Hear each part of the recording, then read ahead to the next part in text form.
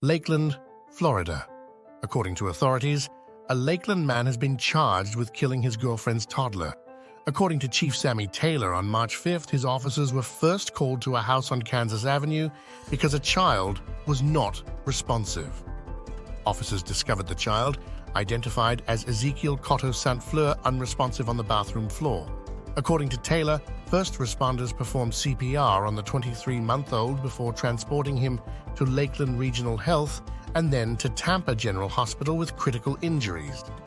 At Tampa General, he was pronounced deceased 3 days later. According to the police chief, Ezekiel was alone with suspect Bobby Curry, 20, while his mother was at work.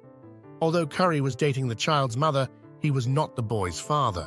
Taylor said Curry told police that the child was hit in the head by a small dog that pushed him into the wall of the bathroom.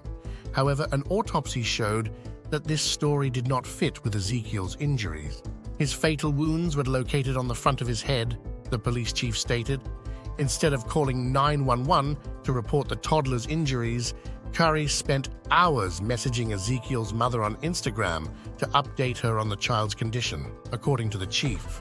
The suspect sent the child's mother 67 messages in which he told her that Ezekiel was barely breathing and asked her if a child could have a heart attack.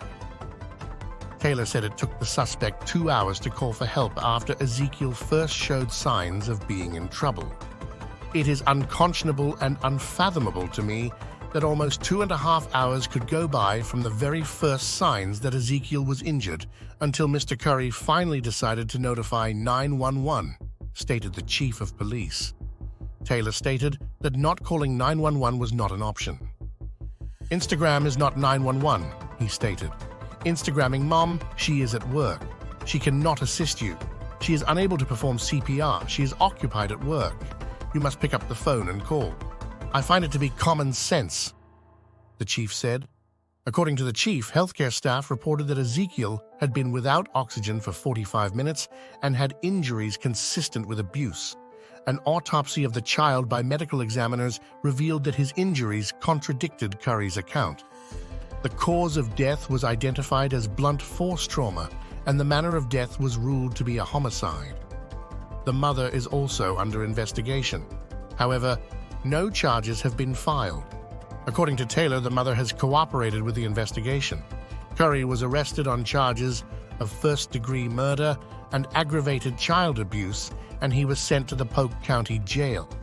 If you like this video, follow us and subscribe.